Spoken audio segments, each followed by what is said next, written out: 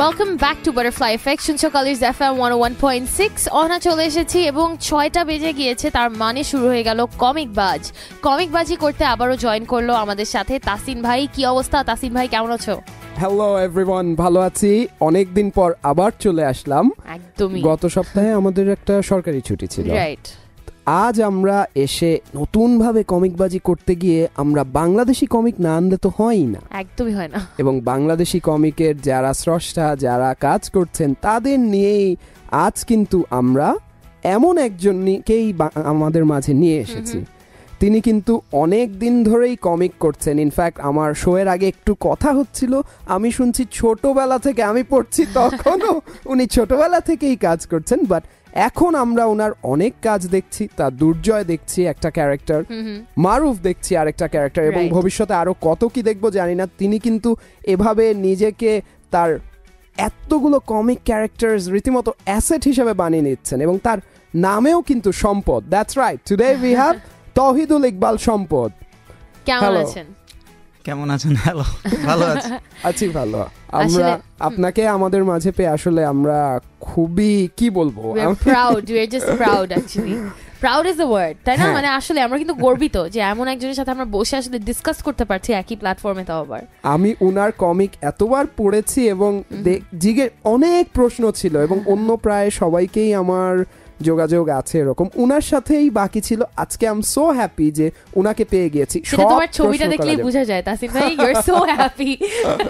Thank you, thank you. Okay, হ্যাঁ, তো প্রথমে একটু জানতে চাই সম্পদ ভাইয়ের কাছে যে আসলে কমিক এই কালচারের সাথে বা এই পুরো ফিল্ডটার সাথে কবে থেকে জড়িত হওয়া শুরু হয় আর কি?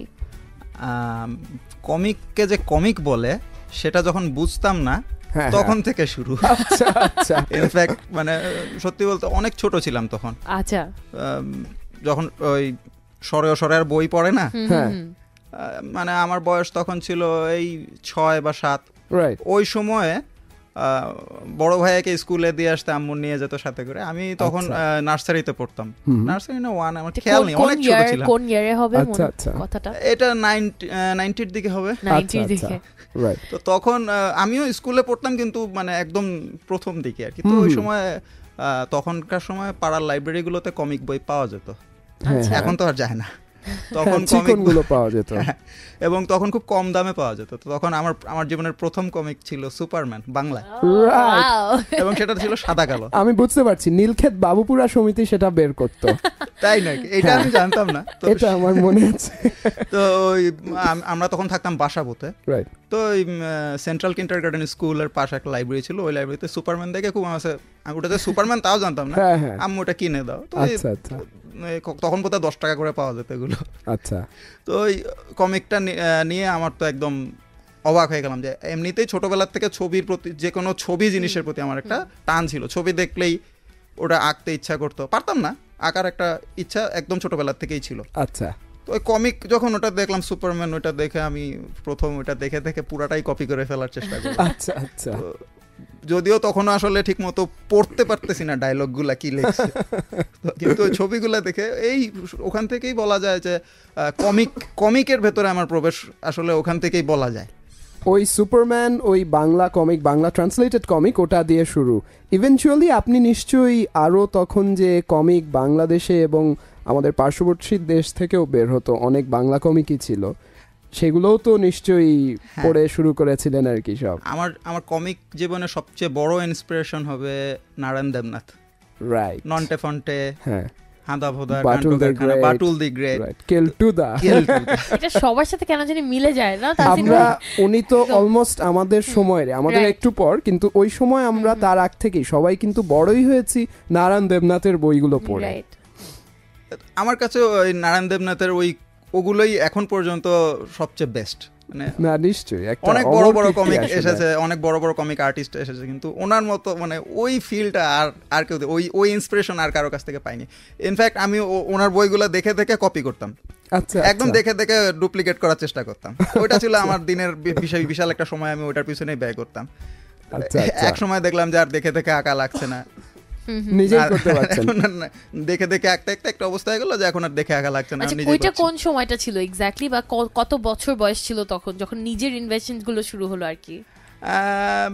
সত্যি বলতে আমার প্রথম কমিক যেটা ছাপা হয়েছিল সেটা হয়েছিল কিশোর পত্রিকায় 1992 সালে।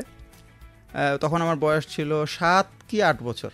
রেন্টি নাকি রেন্টিমন্টির বেড়া দেওয়া একটা কমিক। রাইট, তো 7-8 বছর থেকেই তার কাজ শুরু হয়ে গেল পাবলিশ করা। এবং ওটা পাবলিশ করেছিলেন সেবা প্রকাশনীর শ্রদ্ধেয় কাজী আনোয়ার হোসেন স্যার। এবং ওনার সেই স্মৃতিটা, ওটা মানে আমার সারা জীবন আসলে ওখান থেকেই বলা যায় ওটা আমার স্টার্টিং পয়েন্ট। ওনার সাথে দেখা করার জন্য আমার বাবা ছিলেন আসলে মাসুদ রানার প্রচন্ড বড় ফ্যান। তো বাবা যখন দেখলেন যে আমি এসবের প্রতি খুব আগ্রহী এবং দেখে বোঝা যেত যে আমি এটা ছাড়া আর কিছু আমি করতে পারবো না জীবনে, তো উনি একদিন অনেক কষ্ট করে কাজীদার সাথে দেখা করা তো খুব টাফ, খুব কঠিন ব্যাপার, খুবই কঠিন। তো আমাকে নিয়ে গেলেন ওনার সাথে। যখন উনি শুনলেন যে একটা বাচ্চা ছেলে দেখা করতে এসেছে, তো এটা কিন্তু কেউ করে না। মানে উনি যেটা করেছেন, ওনার কাজকর্ম ফেলে পুরো 1 ঘন্টা উনি আমাকে দিয়েছেন। বাহ! এবং আমার এখনো মনে আছে উনি রীতিমতো আমাকে তার কোলে বসিয়েছেন, আমাকে দেখিয়েছেন যে তুমি যে, আমি অলরেডি তখন আমার অনেকগুলো বই লেখা হয়ে গেছে। আচ্ছা, মানে আমি খাতার মধ্যে একে একে নিজেই বল পেন দিয়ে ডায়লগ লিখে লিখে বইয়ের মতো বানিয়ে ফেলতাম। ওই ডজন খানেক হয়ে গেছে তখন। গল্প টল্প কিছু ভালো না, ড্রয়িংও বিচ্ছিরি, কিন্তু ওইটা দেখে উনি মানে যে কেউ বুঝবে যে আসলে মানে তার কাজ করার ইচ্ছা আছে, এতগুলো সে করে ফেলেছে। মানে ভলিউম অনেক, কাজ ভালো না। 7 বছর আর কি বা করবে। তো উনি 1 ঘন্টা ধরে আমাকে কোলে বসিয়ে আমার সাথে, মানে একটা বাচ্চার সাথে যেভাবে খেলে মানুষ, ওইভাবে উনি খেললেন। এবং আমি তাকিয়ে তাকিয়ে ওনার অ্যাকুয়ারিয়ামের মাছগুলো দেখছিলাম। ওনার অফিসে একটা অ্যাকুয়ারিয়ামের মাছ ছিল। তো উনি আমাকে বুঝিয়ে বললেন যে তুমি কাগজের 2 পিঠেই আঁকো। আমি আবার কাগজ নষ্ট করতাম না, এই পিঠেও আঁকতাম, এই পিঠেও আঁকতাম। আমি তো আর বুঝি না তখন যে এটা নষ্ট হয়ে যাচ্ছে, 2 পিঠে আঁকো না, কাগজের 1 পিঠে আঁকবে। এইভাবে উনি কিছু টিপস দিলেন। উনি বুঝিয়ে বললেন যে তুমি এত বড় বড় গল্প লিখছো, ছোট 2 পাতার গল্প লেখো। আচ্ছা, যেটা মানে এই যে আমাকে যে উপদেশগুলো দিলেন, মানে একটু গাইডলাইনটা যেন একটু পোক্ত হয় স্টোরি টেলিং এর ব্যাপারটা ওরকম। তো তখন ওখান থেকে আমি ওই রিঙ্কু পিঙ্কুর বেড়া দেওয়া প্রথম কমিকটার নাম ছিল, সেটা ওই দেখলে বোঝা যায় যে ওই নন্টে ফন্টের থেকে ইন্সপায়ার্ড, প্রচন্ডভাবে ইন্সপায়ার্ড। আচ্ছা, তো স্বাভাবিক আমার তখন ব্রেইনটাই, এটা খুবই স্বাভাবিক ব্যাপার, কারণ আমরা কিন্তু এক্সপোজ ছিলাম খুব কম কমিকেই। কিছু ডিসি মার্ভেল ছাড়া Bangla comic Nonte Phonte, Batul the great, Hadabhoda, আর আপনার চাচা চৌধুরী ওই সময় এসেছে। আর কিছু ছিল ইন্ডিয়ান, ওই আপনার অমর চিত্র কথা, ওগুলা জায়গায় আরো আগের, ওটা অনেক আগের। আর ইন্দ্রজাল যা ছিল, বাহাদুর, বেতাল তো অরিজিনাল ক্যারেক্টারটাই ওদের আমার অরিজিনাল ভাল লাগতো, যেমন বাহাদুরেরটা।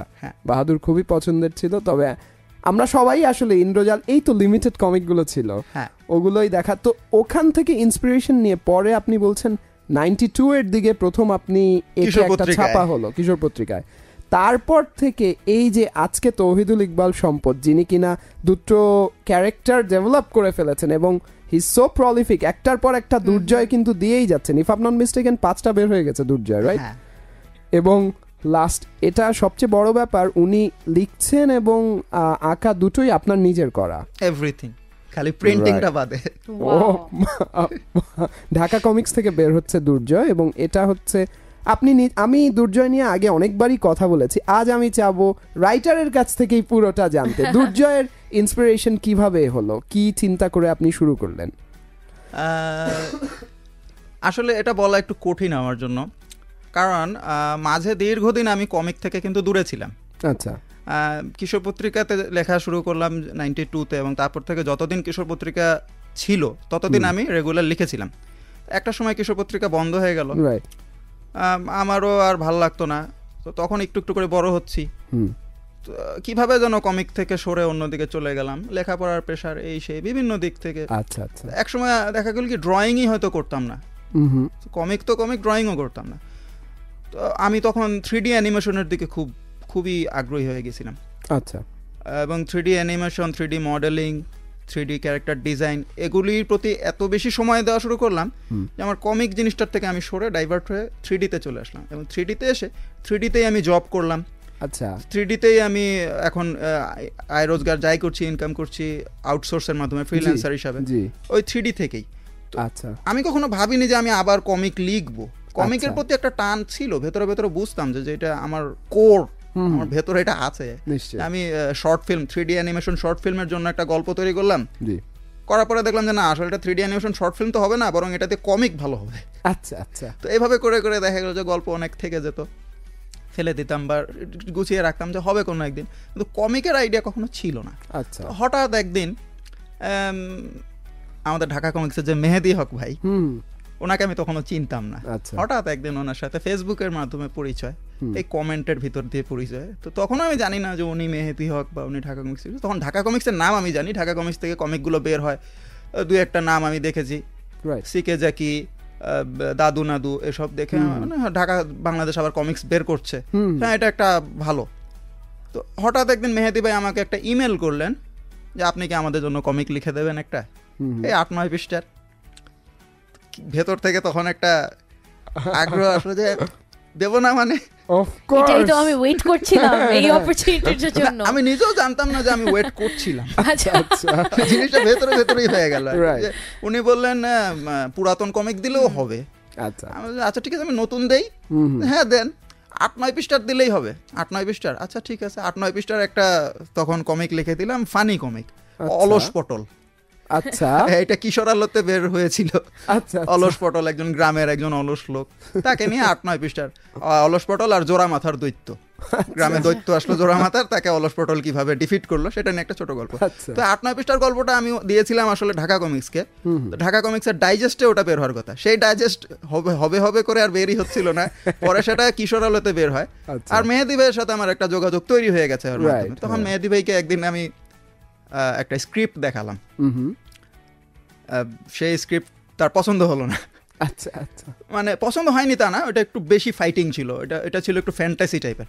তো তখন মেহেদি ভাই আমাকে বললেন যে এটা তো লর্ড অফ দ্য রিংস টাইপের, একটু ফ্যান্টাসি টাইপের হয়ে যাচ্ছে, আমাদের বাংলাদেশি কালচার নিয়ে কিছু করেন, কারণ বিদেশি জিনিস ওরা তো করছেই, আমরা কেন করবো। জিনিসটা আমাকে ক্লিক করলো, হ্যাঁ ঠিকই তো।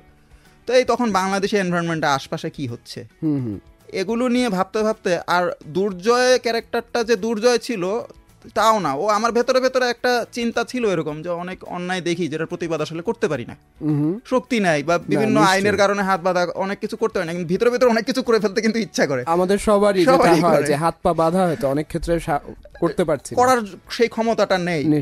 তো সেই ভেতরে ভেতরে একটা ইয়ে ছিল যে ওরকম একটা ক্যারেক্টার যদি থাকতো যাকে সবাই ভয় পাবে, যার যোগ্যতা থাকবে সবার থেকে বেশি, নট নেসেসারি যে সে খুব ভালো একটা মানুষ হবে, কিন্তু সে যে কাজগুলো করবে সেই কাজগুলো আমরা করতে পারছি না, সেগুলো থাকবে এবং করে দেখানোর তার যোগ্যতাটা আছে।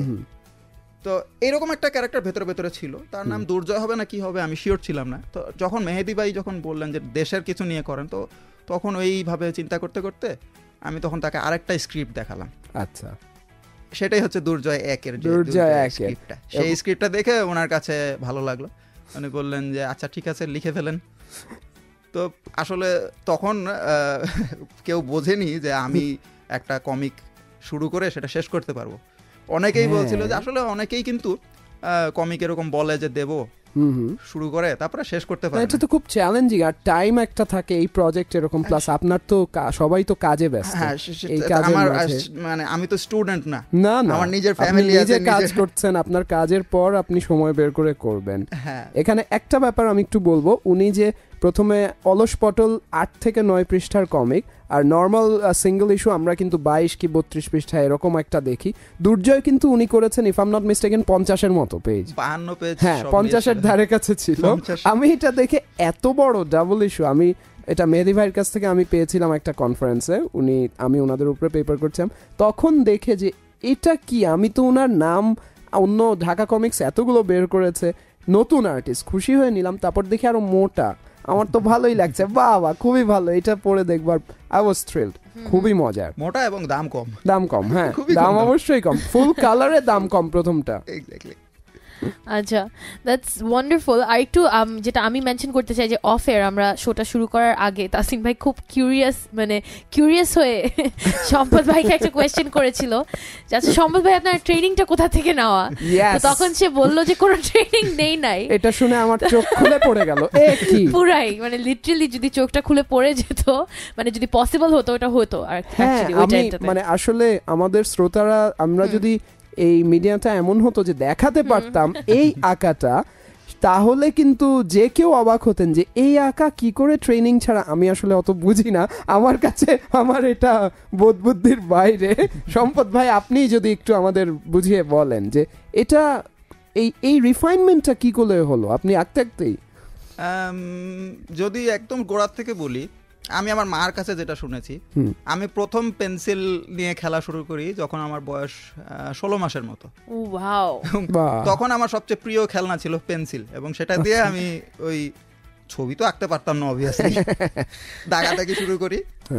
এবং আমরা থাকতাম খুব ছোট একটা ভাড়া বাসায়, তো সেই বাসার যখন কাগজ, তো এত কাগজ কে কিনে দেবে, ইনফ্যাক্ট আমাদের ওরকম না, তো ওয়ালের মধ্যে আঁকা শুরু করলাম। ওয়ালে সবাই একই, আমরা গ্রাফিটি করে ওয়ালে। তো ওটা করার পরে আম্মু ধরে খুব মারধর করলো, কারণ এখন এই ভাড়া বাসা, রং করার টাকা কে দেয়? তখন বাড়িয়ালি ছিলেন, উনি এসে তখন আমাকে রক্ষা করলেন আর বললেন যে ওর যত কাগজ লাগে আমি দেবো, ওর আঁকা বন্ধ করেন না, কারণ ও যেভাবে আঁকছে অন্যরা ঠিক ওভাবে আঁকে না, ও একটু বেশি আঁকছে। তো ওই করতে করতে ড্রয়িং করতে করতে করতে করতে করতে করতে এক সময় দেখলাম যে ইমপ্রুভ একটু একটু একটু একটু করছে। এখনও কিন্তু খুব ভালো ড্রয়িং, আসলে আপনারা হয়তো বলছেন যে অনেক ভালো, আমার কাছে আমার নিজের ড্রয়িং অত মনে হয় যে আরও অনেক ইমপ্রুভ করার দরকার। ওই করতে করতেই হয়েছে।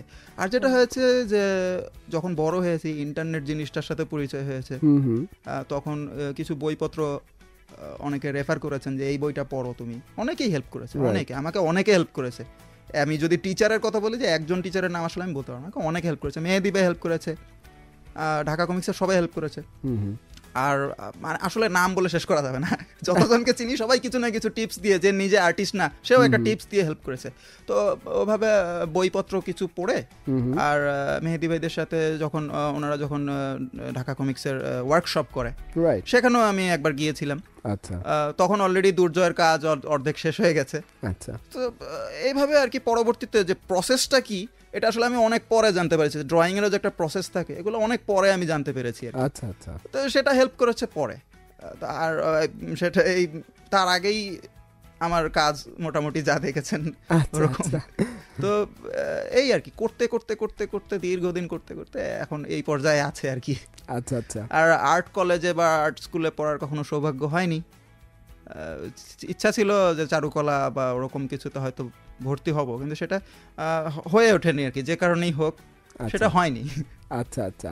তবে আমরা যে সেটা না হওয়ার পরও আপনি যেভাবে একটার পর একটা কমিক প্রডিউস করে যাচ্ছেন, আমার মনে হয় পড়লে দেখা যেত 2 দিন পর পর এক একটা কমিক, তখন পাবলিশার হিড়িক পড়ে যেত, কে নিবে, এইবার আমি নিব, এবার আমি। But anyways it was very nice. আমরা আরেকটা ব্যাপার একটু জানতে চাবো আমাদের শ্রোতাদের জন্য, আপনি একটু দুর্জয় ক্যারেক্টারটার ব্যাপারে একটু যদি স্পেসিফিক্যালি বলেন আমাদের দর্শককে। দুর্জয় ক্যারেক্টারটা আসলে বলতে গেলে আমাদের সবার ভেতরে লুকিয়ে থাকা একটা অল্টার ইগো। অল্টার ইগো বলতে ওই যে কথাটা বললাম, প্রতিদিন নিউজ পেপার খুললে বা রাস্তাঘাটে বের হলে এমন অনেক ঘটনা আমরা দেখি, এমন অনেক কিছুই দেখি, অনেক কিছু পড়ি, যেটা পড়ার পরে ভেতর থেকে একটা ইচ্ছা জাগে যে ইস যদি একটা কিছু করে ফেলতে পারতাম, প্রতিবাদ করা যেত। প্রতিবাদ, যেটা শুধু প্রতিবাদ না, এটাকে যদি একদম থামিয়ে দেওয়া যেত, যত অন্যায় যা হচ্ছে এখন সেই অন্যায়গুলি আমি স্পেসিফিক ভাবে না বললাম, অনেক কিছুই আছে যেটা দেখে আমাদের ভেতরে একটা আগুন জ্বলে উঠেছে, এটা কিছু কি করা যায় না, কেউ কেন কিছু করছে না, এবং কেউ যদি আসলে কিছু করতে যায় সে হয়ে যায় একটা যে আইন নিজের হাতে তুলে নিয়েছে, সে একটা খারাপ ক্যারেক্টার। এটা অনেক ক্ষেত্রে হয়ে যায়। তো দুর্জয় আসলে আমাদের সবার ভেতরে সেই অল্টার ইগোটা, আচ্ছা, যে আমরা যেটা করতে পারি না ও সেটা করতে পারে। আচ্ছা, এ কারণেই হয়তো দুর্জয় সবার কাছে এত পছন্দ হয়েছে, যে তাকে কিন্তু আসলে আমি হিরো হিসাবে তৈরি করিনি। যেমন দুর্জয়ের প্রথম বই থেকেই তাকে আমি দেখিয়েছি যে তাকে সে খুব একটা সুন্দর না দেখতে, বা তাকে খুব পছন্দ করে তাও না, সে একটা ক্রিমিনাল হিসেবেই তাকে পরিচয় করানো হয়েছে। কিন্তু তার আগে হয়তো সে একটা প্রত্যেকটা ক্রিমিনালেরই একটা ভালো ব্যাকগ্রাউন্ড থাকতে পারে, ব্যাকস্টোরি সবারই থেকে, কেউই জন্ম থেকে ক্রিমিনাল না, কিন্তু ওকে দেখিয়েছি এমন যে হ্যাঁ সে মানুষ হিসেবে খুব একটা যে ভালো তা না, তার দোষ আছে, সে অহংকারী, উদ্ধত, অনেক ব্যাপার। প্রত্যেকটা বইয়ের নাম বলতে গেলে একটা অবাধ্য, নরাধম, দাম্ভিক, তার মধ্যে অনেক রকমের দোষ আছে যেটা আমাদের মধ্যেও আছে সবার। হ্যাঁ, এই কারণেই হয়তো দুর্জয় অনেকটা রিয়েলিস্টিক, যে সে দুধে ধোয়া তুলসী পাতা না, তার ভেতরে দুটাই আছে, ভালো আছে খারাপও আছে, ভালোটা হয়তো কম আছে, খারাপটা বেশি আছে, কিন্তু তার মধ্যে একটা জিনিস আছে সলিড, সেটা হচ্ছে তার যোগ্যতা। সে প্রচন্ড হার্ড ওয়ার্ক করে।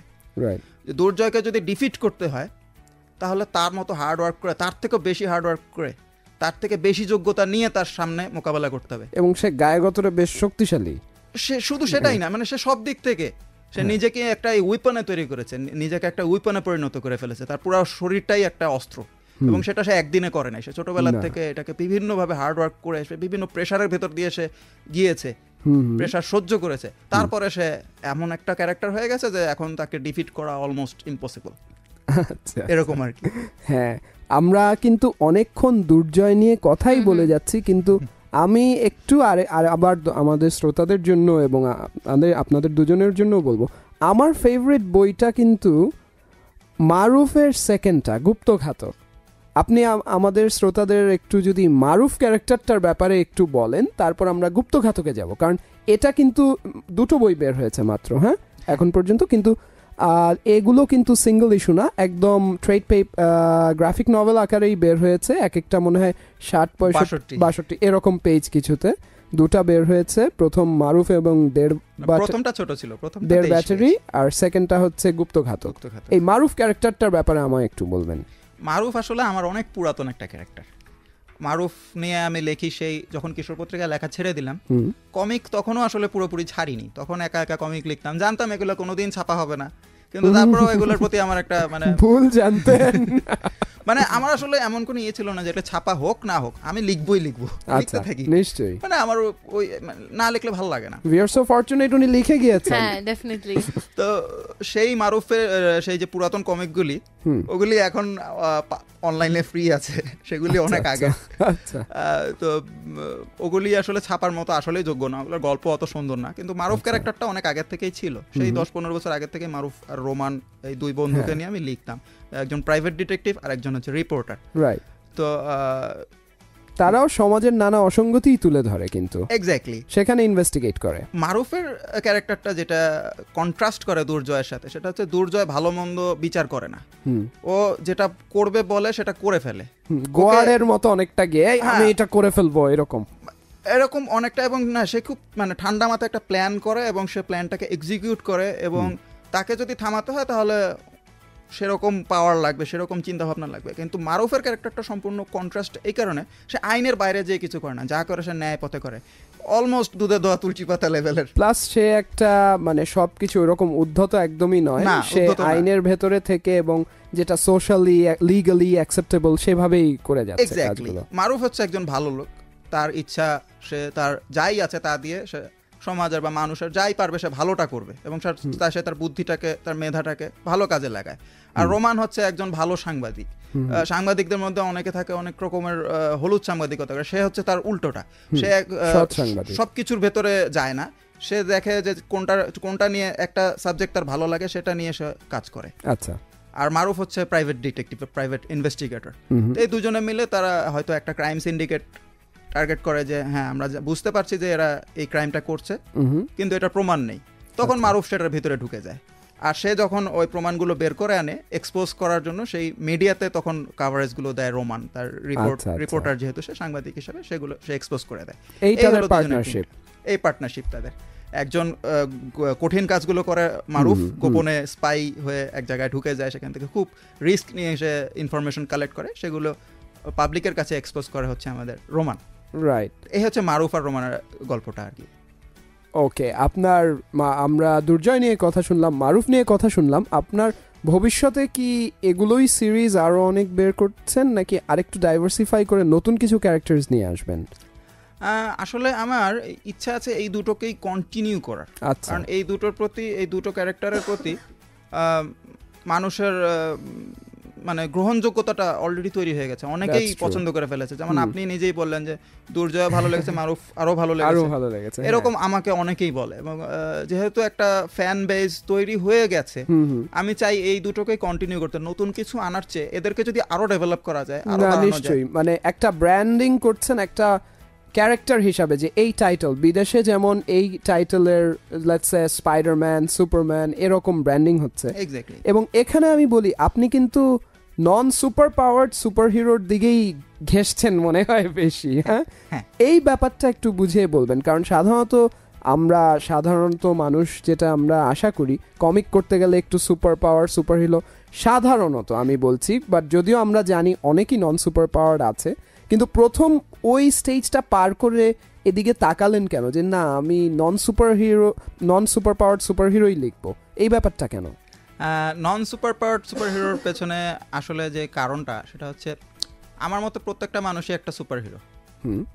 এখন সেজন্য তার আসলে অলৌকিক কোনো ক্ষমতা থাকার কোনো দরকার নেই, যেটা সুপার হিরো কমিকগুলো আমাদের এমন একটা কনসেপ্ট দেয় যেটা আমি ঠিক গ্রহণ করতে পারি না। আমি বলছি না এটা খারাপ, আমি এটা গ্রহণ করতে পারি না। সেটা কেমন যে আমরা অনেক বড় একটা বিপদে আছি, অনেক ভয়ঙ্কর শত্রু আমাদেরকে আক্রমণ করেছে, এই অবস্থা থেকে আমাদেরকে রক্ষা আসলে আমরা নিজেরা করতে পারবো না, অলৌকিক ক্ষমতা আছে এমন একজন সুপার হিরো আকাশ থেকে নেমে আসবে, আমাদেরকে বাঁচাবে, সেই জন্য আমরা তার দিকে তাকিয়ে থাকবো, আমরা নিজেরা আসলে কিছু করতে পারবো না। এই কনসেপ্টটা আসলে আমি ঠিক গ্রহণ করতে পারি না। কারণ যদি আমরা সুপার পাওয়ারের কথাই বলি, ধরেন সুপারম্যান, তার আছে হিট ভিশন, এক্সরে ভিশন। আমাদের কি আছে? আমাদের আছে দৃষ্টিভঙ্গি। আমরা আমাদের দৃষ্টিভঙ্গিটাকেই যদি ঠিকমতো ব্যবহার করতে পারি, আমার মনে হয় দৃষ্টিভঙ্গি একটা সুপার পাওয়ার হতে পারে। এবং আমাদের আসলে দরকার নেই হিট ভিশন দিয়ে সবকিছু পুড়িয়ে ফেলার, বা এক্সরে ভিশন দিয়ে দেয়ালের ওপাশে কি আছে দেখার দরকার নেই। আমরা সেটা বিজ্ঞানের মাধ্যমেও করতে পারি যদি আমাদের দৃষ্টিভঙ্গিটা ঠিক থাকে। তো আসল সুপার পাওয়ার হচ্ছে দৃষ্টিভঙ্গি। আচ্ছা, যে প্রত্যেকটা মানুষের মাঝেই যেই ভালো গুণ যা আছে সেটাকে যদি ভালোভাবে ইউটিলাইজ করা হয়, এক্স্যাক্টলি সেই ভিউ পয়েন্ট থেকে গিয়েছে এক্স্যাক্টলি। এবং সেইটা করার জন্য পাঠক পাঠিকাকে আগ্রহ বা উৎসাহ দেওয়ার জন্যই আমি নন সুপার পাওয়ার হিরোদের ক্ষেত্রে কাজ করি। কারণ যার সুপার পাওয়ার আছে ওটা দেখে আমরা খুব উল্লাস করতে পারবো, ও সুপারম্যান চলে আসে। আমি কিন্তু আসলে যতই চাই যে আমি উড়ে যাব পিছনে একটা লাল বেঁধে, ওটা আমি পারবো না। কিন্তু আমার হিরোগুলো এমন হয় যেটা দেখে ওরকম হওয়া সম্ভব। আচ্ছা, প্র্যাকটিস করলে, চেষ্টা করলে ওই পর্যায়ে যাওয়া সম্ভব, যেটা আমরা অনেকটা দুর্জয়ের বেলায় দেখি, ও অনেক ট্রেনিং করে সেখানে দেখি। আচ্ছা, স্পয়লার আমি দিচ্ছি না আমাদের শ্রোতাদের। আপনারা যদি চান, আপনারা দুর্জয় কমিকটা আপনারা অনেক জায়গায় পাওয়া যায়, ঢাকা কমিক্স থেকে কিংবা রকমারি অনেক জায়গা থেকে আপনারা কিনে পড়ে দেখতে পারেন। আমি তো এটাকে অ্যাটলিস্ট মানে সবাইকেই বলবো পড়তে। আর যেটা উনি বলছিলেন যে এই দুর্জয় এবং মারুফ, আমার যদিও বলছি যে মারুফ বেশি ভালো লেগেছে, বাট এটাও সত্যি যে দুর্জয় কিন্তু সিঙ্গেল ইস্যু হিসেবে একটা একটা করে বের হচ্ছে, আর মারুফ কিন্তু একটার মাঝেই কমপ্লিট স্টোরি হিসেবে একটা বের হচ্ছে। সেটাও একটা ব্যাপার, যখন দুর্জয় পুরো স্টোরিটা একসাথে পড়ছি তখন কিন্তু দুটাই আবার বাহ খুবই ভালো। এবং এখানে আমরা বলবো আপনি কিন্তু সাপোর্টিং ক্যারেক্টার হিসেবে খুব স্ট্রং উইমেন ক্যারেক্টার্স আপনি ইনভলভ করছেন। এই ব্যাপারটা কি করে আসলো মাথায়? এই জিনিসটা আপনি দুর্জয়ের মধ্যে নিহারিকার কথা বলছেন, নিহারিকা আরমান নেহা, মারুফের ভেতরে ডক্টর নাজিয়া ছিলেন। তা আমি যেটা দেখেছি যে বাংলাদেশি বলেন আর বিদেশি কমিক বলেন, কমিক জিনিসটার ভেতরে যে ফিমেল ক্যারেক্টার তাদেরকে যেভাবে উপস্থাপন করা হয়, আসলে আমার কাছে মনে হচ্ছে ওটা যথেষ্ট না। কারণ তাদের অনেক ভ্যালু আসলে দেওয়া যায়। এখন কিন্তু বাড়ছে।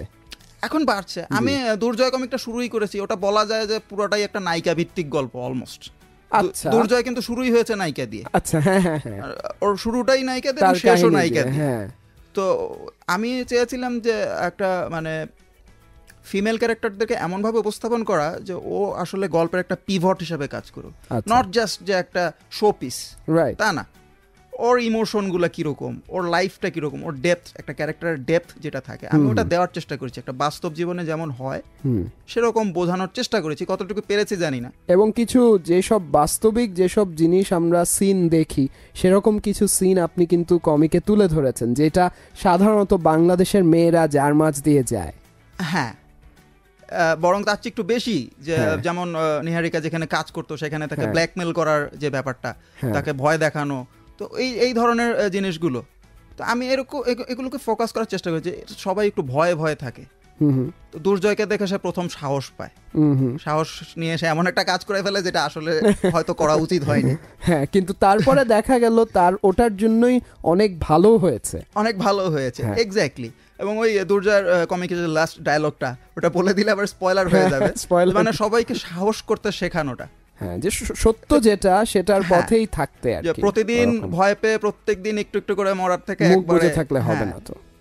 সেরকম একটা কিছু বোঝানোর চেষ্টা করেছি। জি। আমি জাস্ট পুরুষ ক্যারেক্টার দিয়ে সেটা বোঝাতে পারতাম, কিন্তু আমার কাছে মনে হয়েছে যে না, এটা জাস্ট ফিমেল ক্যারেক্টারগুলোকে শোপিস হিসাবে না দেখিয়ে একটা খুব ডেপথ দেওয়া, গল্পের পিভটে তারা কাজ করছে। And I must say you've been successful চেষ্টা very করেছি। much. আমি নিজেও নেহারিকাকে নিয়ে কিছুদিন আগে একটা কনফারেন্সে ওকে নিয়েও অনেক কথা বলতে হয়েছে আমার, যে বাংলাদেশের সাপোর্টিং ফিমেল ক্যারেক্টার্স যারা আসছে ওরকম, and I must say everyone really appreciated that, যে বাংলাদেশ থেকে এসব ক্যারেক্টার নিয়ে আসছেন এবং নন সুপার পাওয়ার্ড সুপার হিরোজদের দিয়ে যেই কাজটা দেখানো হচ্ছে, আমরা আশা করব ভবিষ্যতে আরও এসব ক্যারেক্টার নিয়ে আসবেন। এবং আপনি এই দুটা তো লিখেই যান। এবং স্পিকিং অফ দ্যাট, ভবিষ্যতে প্ল্যান কি? কবে আমরা নেক্সটটা পাচ্ছি? দুর্জয় 6 কিংবা মারুফ 3 কবে? মারুফ 3 খুব সম্ভবত বইমেলাতে পেয়ে যাবেন। খুব সম্ভবত বলতে কি অলমোস্ট মারুফ 3 এর কাজ শেষ হয়ে গেছে। গ্রেট। আর অল্প কিছু পৃষ্ঠা বাকি আছে, সেটা আচ্ছা। হয়ে গেলেই আমি প্রিন্টের জন্য পাঠিয়ে দেব। আচ্ছা, এবং আচ্ছা। এটার কারণেই দুর্জয় 6 পাচ্ছেন একটু দেরিতে, কারণ আমি একা মানুষ, তো দুদিক সামলাতে হয়। তো দুর্জয় 6 আমি চেষ্টা করব বইমেলাতেই আনার। আচ্ছা, হয়তো একটু দেরি হতে পারে, চেষ্টা আচ্ছা, করব আচ্ছা। মারুফ 3 এবং দুর্জয় 6 দুটাই বইমেলাতে আনার আপ্রাণ চেষ্টা করছি। আর দুর্জয়ের গল্পটা শেষ হবে মানে কতদূর, কিছু কি ঠিক করেছেন? দুর্জয়ের গল্পটা আমি চাচ্ছি এটাকে সিকোয়েন্স হিসাবে একটার পর একটা আসুক, আচ্ছা, আচ্ছা। সেরকম চাচ্ছি। হয়তো 10 বা 15টা ইস্যুর পরে একটা গল্প আমরা শেষ করে দেবো, একটা আর্ক শেষ করবেন হ্যাঁ, আর কি। একটা আচ্ছা। একটা অ্যাক্ট এখানে শেষ হয়ে গেল, Right. তারপর হয়তো আরেকটা স্টোরি শুরু আচ্ছা, করলাম, আচ্ছা। এরকম করে করার ইচ্ছা, যেটা বাইরে ফলো করে আর কি। এক্স্যাক্টলি। আমি Great. এই মডেলটা দুর্জয়তে দেওয়ার চেষ্টা করেছি, যে একটা বিশাল সিরিজ হয়ে গেল। আচ্ছা, আচ্ছা। আর মারুফটা হচ্ছে যে প্রত্যেকটা পর্ব একটা TPB গল্প, একটা গ্রাফিক শেষ। নভেল আকারে। হ্যাঁ। গ্রাফিক নভেল আকারে। যাক, সেটা আমরা উই ওয়েলকাম দিস চেঞ্জ। এবং আপনি যে নতুন এক একটা টাইটেল হিসেবে বাইরের দেশের মতো সিঙ্গল ইস্যুজ পুরো স্টোরি বলে যাচ্ছে, সেভাবে নিয়ে যাচ্ছেন, we really wish you all the best. এবং আশা করব ভবিষ্যতেও আমরা অনেক কিছু পেয়ে যাচ্ছি, এবং কে জানে অহনা ভবিষ্যতে নতুন ক্যারেক্টারও পেয়ে যেতে পারি। ডেফিনেটলি। আর it was really nice listening to his stories. Actually আমি জাস্ট হ্যাঁ। একদম চুপচাপ শুনছিলাম যে কিভাবে আসলে ক্যারেক্টার্স গুলো বিল্ড করা হয় এবং কিভাবে এটার পিছে এত চিন্তা করতে হয়। আসলে একদম। অনেক চিন্তা ভাবনার কাজ আমরা এটা। বুঝিও না, আমরা তো পড়ে সুন্দর লাগছে, ছবি সুন্দর, গল্প সুন্দর, এরকম। But এবং গল্পটার পিছে যে আসল সুপার হিরোটা, তার কথা শোনাটাই কিন্তু আসলে মেইন ব্যাপারটা। right. তো আজকে আমরা সেটা পারলাম। And thank you so much Sampad ভাই for coming to Colors FM. Good luck, আপনার সামনে যে কাজগুলো আসছে সেগুলো নিয়ে অনেক অনেক শুভকামনা রইল কালার্স এফএম এর পক্ষ থেকে। Yes, thank you so much. আমাদের নেক্সট বইগুলো আবার আপনি নিয়ে আসবেন, সেগুলো নিয়ে গল্প করবেন, আমরা সেটাই আশা করব খুব তাড়াতাড়ি। সো অন দ্যাট নোট আজকের জন্য এখান থেকেই বিদায় নিচ্ছি ফ্রম কমিক বাজ। শুনতে থাকো কালার্স এফএম 101.6। আবারও ফিরে আসবো আগামী মঙ্গলবার ঠিক 6টা থেকে 6:30। তাসিন ভাইও চলে আসবে। Yes, এবং আমাদের সাথে গেস্টও থাকবে। Yes, আমাদের সাথে একজন গেস্টও থাকবে। So stay tuned and keep listening to Colors FM 101.6.